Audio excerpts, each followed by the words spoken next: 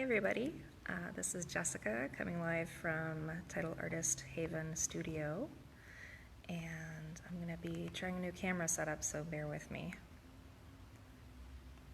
Today on the docket, on the schedule, is therapeutic art doodles.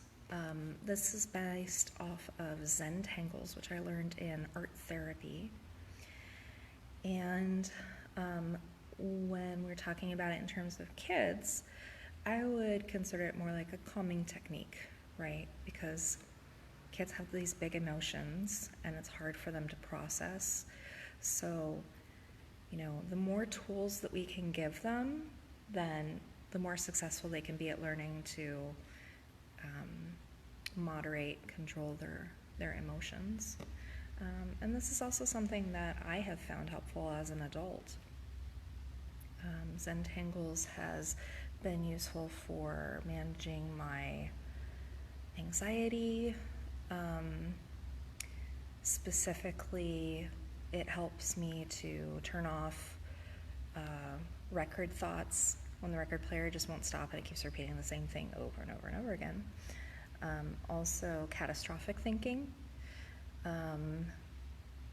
And just general negative self-talk. The concept is that you give your brain something really detailed to focus on, and it leaves no room for all of the other thoughts that you don't want your brain having or repeating to you.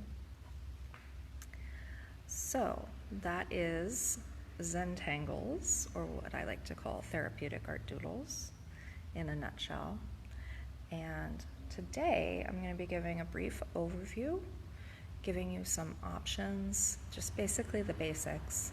There are a lot of resources out there more, and if you want any recommendations, send me a message. I'm happy to help direct you towards the workbooks and resources that I have found helpful, because I am not the most, I am not an art therapist. I learned this technique by being a patient of art therapy for many, many, many, many years. And, don't take my word for it as being effective. It's just something to try. So before we get started, I wanted to show you some examples, because some of you out there may have never heard of Zentangles, may have no idea what I'm talking about. So bear with me while I flip my camera around.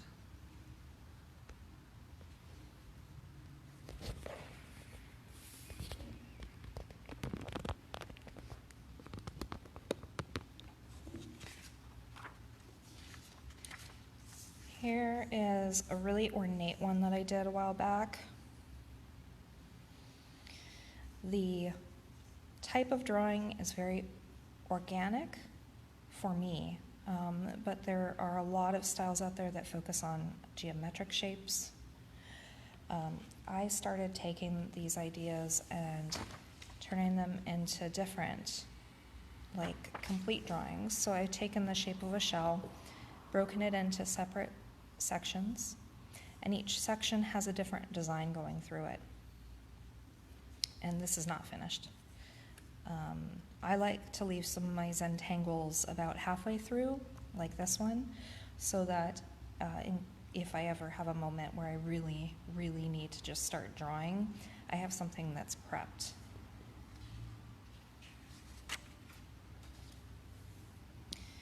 Here are some examples of the types of lines, shapes that you would use in a Zentangle. We have very basic lines, and this is a great way to just start. Just draw a square and fill it up with a bunch of lines. I like to use bubbles or polka dots. There's also chevrons, or you could call these V's, or if you're doing it specifically like this, it's like a giant X being repeated a bunch of times. One of my favorite is scales. These are also like waves, and I've given some examples of ways that you can decorate them inside, or you can just leave them plain. One of the best things about Zentangles is there's no wrong way to do it. As long as it is helping to disconnect or distract your brain for a while and give you some peace, then you're successful. I like to do waves or, just S lines, brickwork, and these are my little spirals. Those are fun to do. So here in this drawing, I gave myself a contained space to fill up and was very loose with the space. There's a lot of empty space in between patterns, but I just wanted to show you what these could look like all together. And you will recognize some of these lines from the other drawings that I showed previously. So let me just go back here. And here you can see the straight lines and also the chevrons and the waves or scales. This down here, I'm going to try to get it a little closer to the camera. It's just really, really tight lines. So you can do a lot with the thickness of your lines. And you've noticed all of these drawings I've shown you have been in pen, but you don't have to use pen. You can start off with pencil, and actually that's what I prefer to do, especially if I'm trying to do something really ornate that I want to keep for a long time like this one.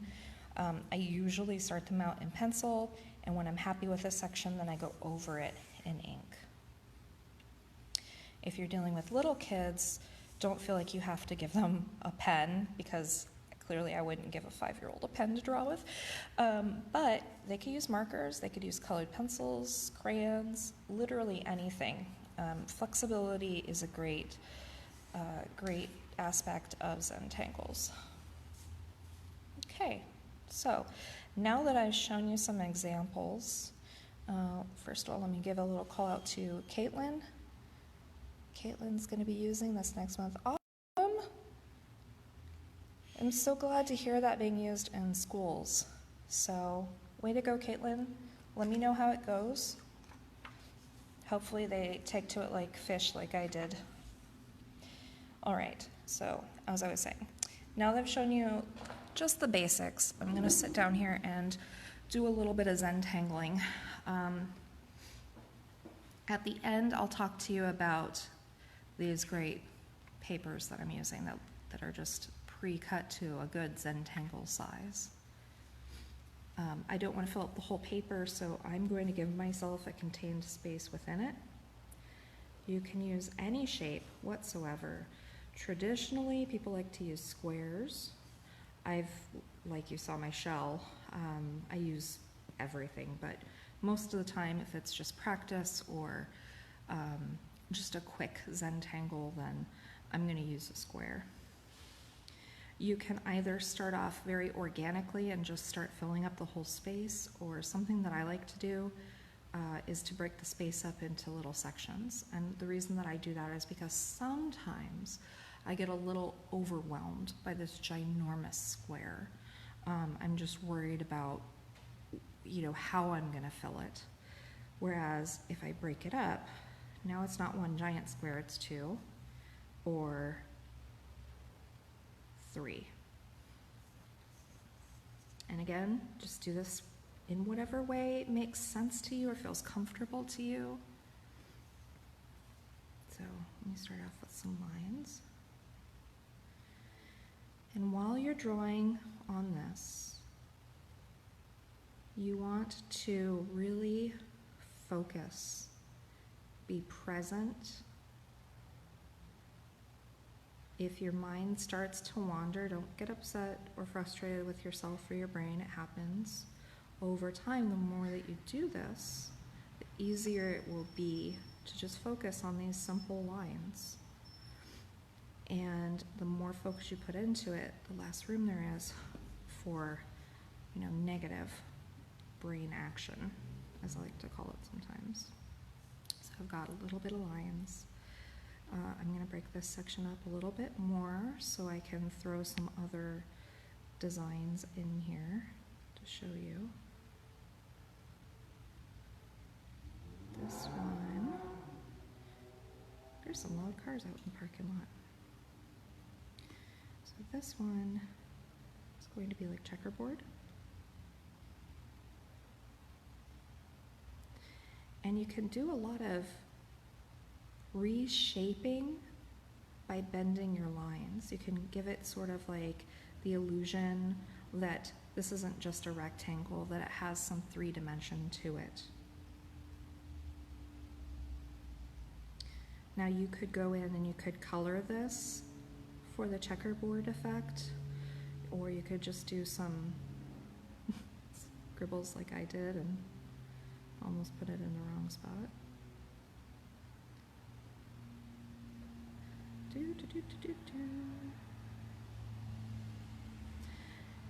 And these doodles can be paired with, you know, like calming music for kiddos.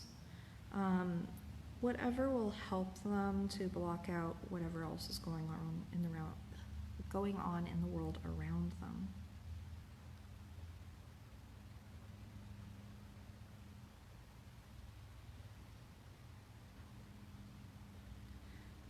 I like to do some of these with my daughter, where I will draw a shape and have her fill it in, or vice versa. She's only 5, so her attention span is pretty low, but she still enjoys doing little art projects with me.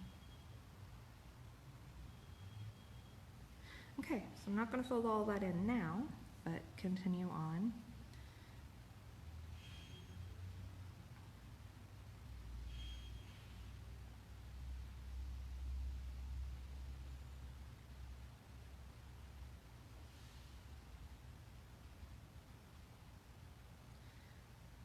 This is a pattern that I started a few years ago, and I don't have a name for it, but it sort of reminds me vaguely of like a road system or a tram system. And these little dark blocks are the trams. So you got to keep them evenly spaced-ish so they don't crash into one another. If you can give your patterns a little narrative, that is helpful also.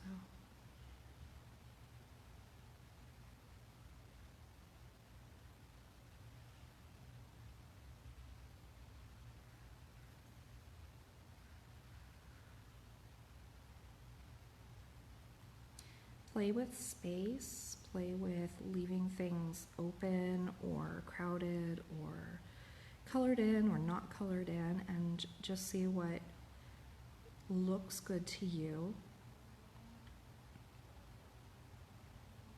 Again, there's no right or wrong way, as long as it's helpful in calming down your brain.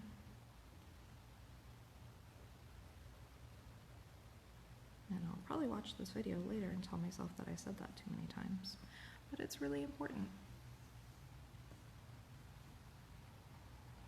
Okay, so on my shell I had done some star designs, and I'm just going to show that you could do that with any shape at all. Sometimes I like to do diamonds and just sort of space them out. You could do it in a sense like polka dots, or in a staggered pattern, you know, like they're in diagonal lines from one another, or however you want.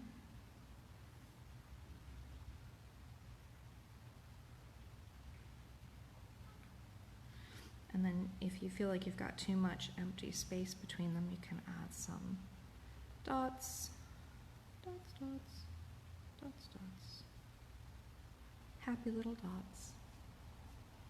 You could also do some lines. I've done a lot of lines on this one already, so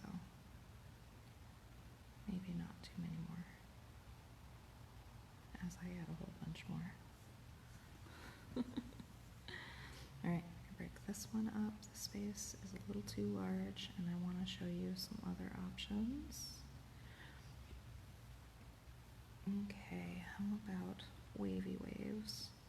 Wavy lines, rather.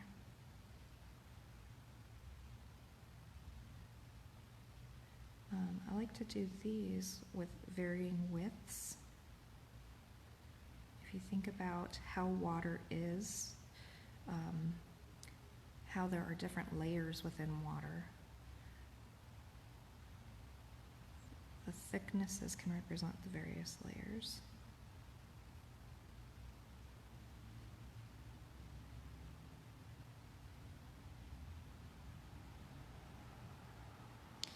And again, if that's too much empty space in between, you can add whatever you like. You could even add some little fishies.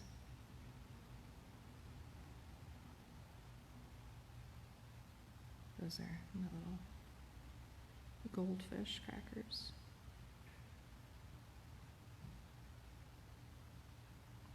Doo-doo-doo.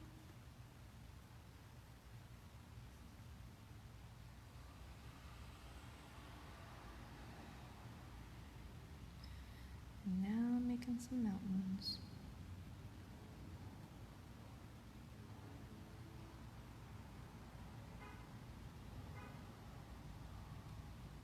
I'm breaking it up a little bit with some circles.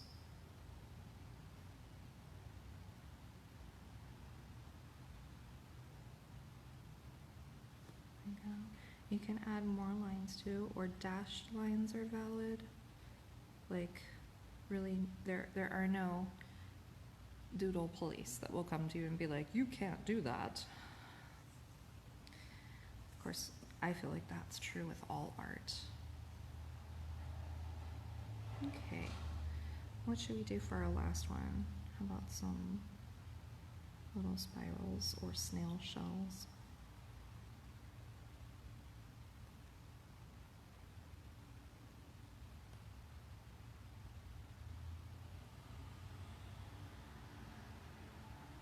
I like to have my designs go outside, like just run into the wall of the doodle and fall away.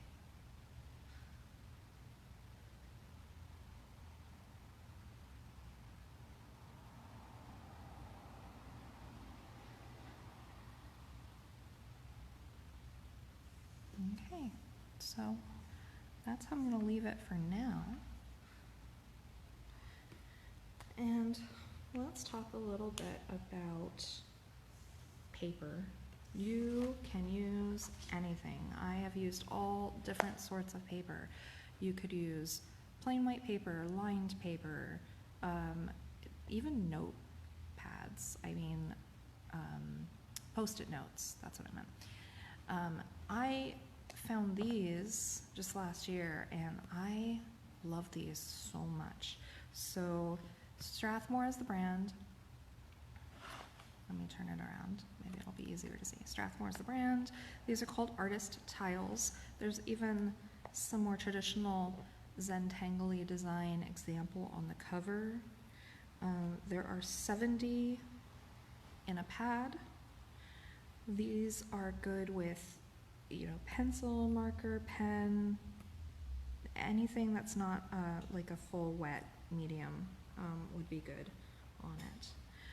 These are good quality, like you can just feel that they're a good thickness. Again, you don't have to go out and spend money on Strathmore fancy artist tiles. You can use just plain old paper. So I'm gonna grab some traditional drawing paper from off camera, if I can get it out of the pad. Aha. Okay, very bright white paper.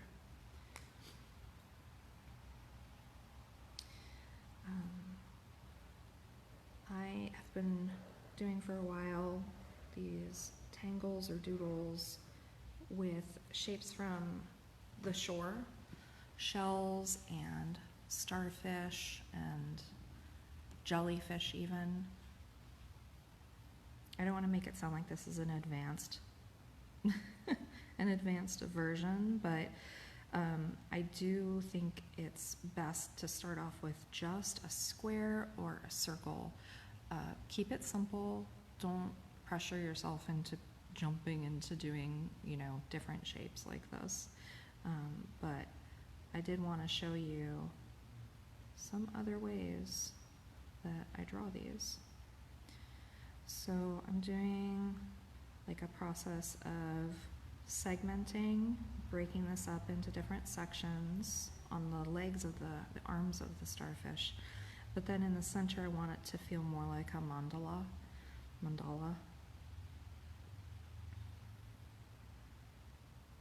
And it's totally valid to do these just mandala style.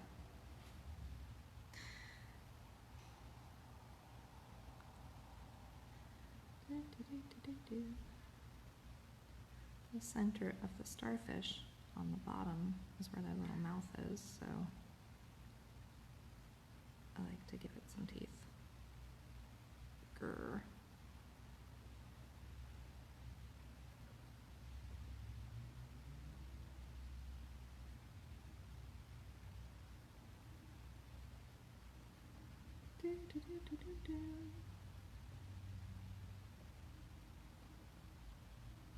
Okay. Next time I do one of these videos, I'll have to have some music playing in the background.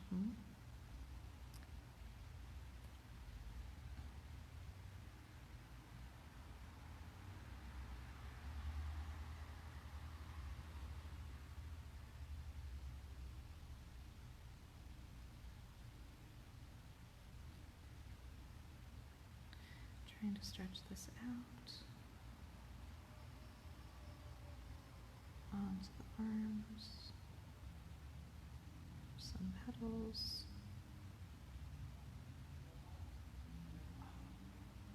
and some more spikes.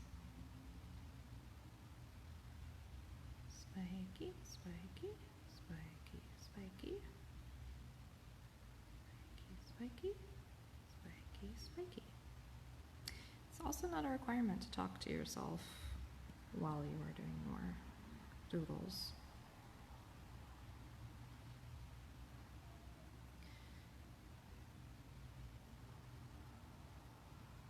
Okay.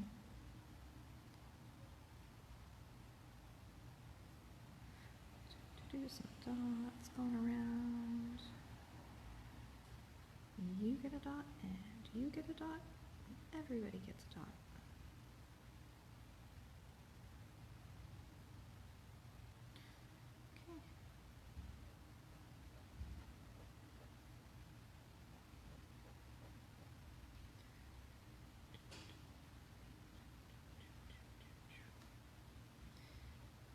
Almost like a fringe feel coming down from the arms. These kind of look like fingers.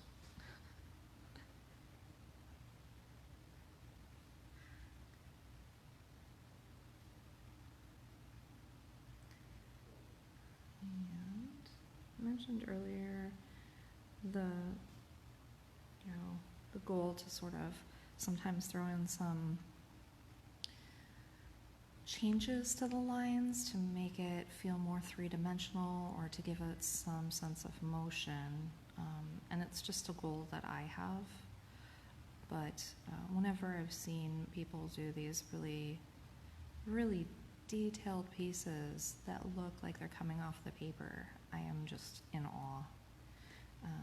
But it's just an option.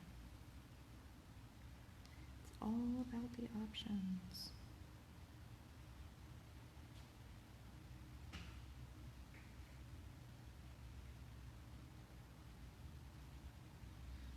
Making the arms feel very rounded at the tops.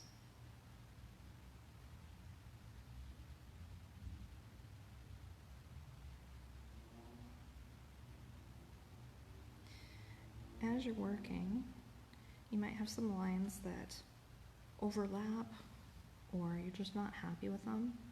If you're working in pencil, go ahead and erase them. Start all over if you want to. When I'm working with pens, I will go back when I'm all done with a pen that has a wider nib and cover up anything that I don't like. And playing with the thicknesses of your lines is also an interesting way to give it some more detail, or like change up the feel of a section. So see how I just covered over the little bits where it was poking out, where the fringe was coming up onto the arm more. Fringe, you have to stay down there.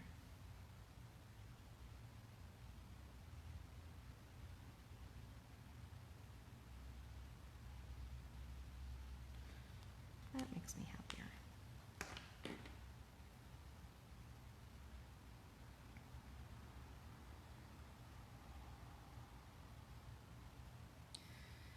And you can always warp patterns however you want.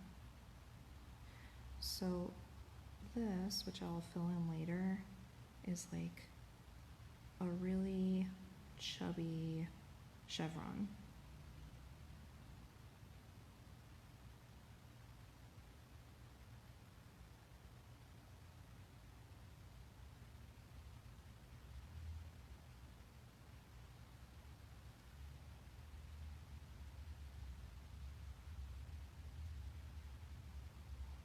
See, it's okay to make mistakes. Some of my most favorite designs that I've done, I made a really big mistake in the middle, but changed things up to make it seem like it was supposed to be that way, and I wound up being really happy with it. There is no wrong way to art. That is one of our favorite sayings at Tidal Artist Haven. It's one of my favorite, in general, life sayings too.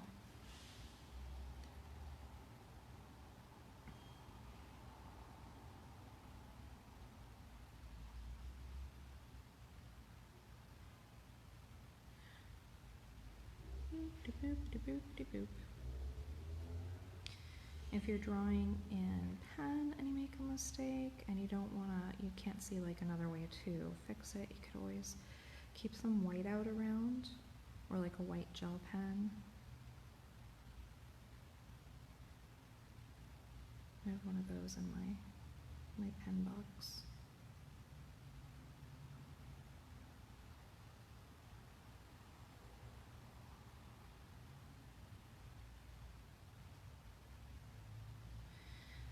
Now, there's some white space on some of the chubbier arms that I want to fill in, and I'm just trying to consider or think about how I want to do that.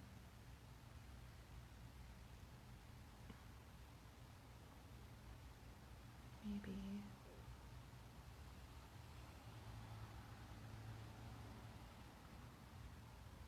like that. And now the smaller arms aren't going to have it. And I like to do this on these like really organic shapes because it just sort of emphasizes that each of these arms is different. So they're not gonna look exactly the same. Okay, this one's too small. I can't give that a chevron. Now I'm going to do a little bit more with these big petals.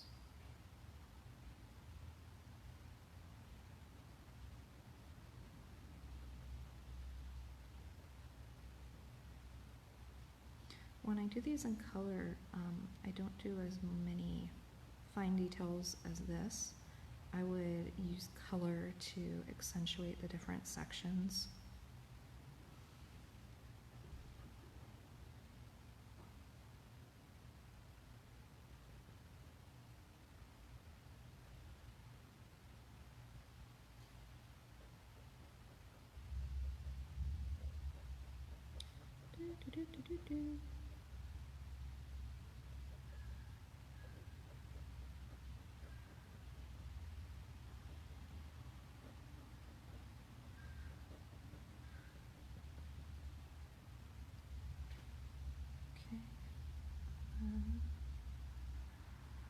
Little spikies need to look a little sharper.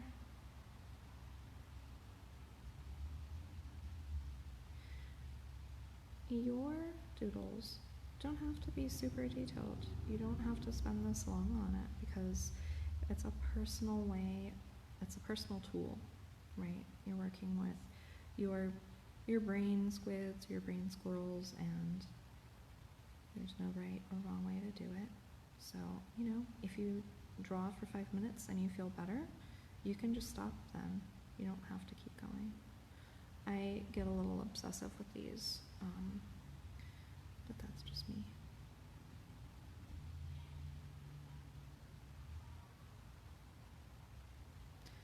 Give in some little wave squiggles.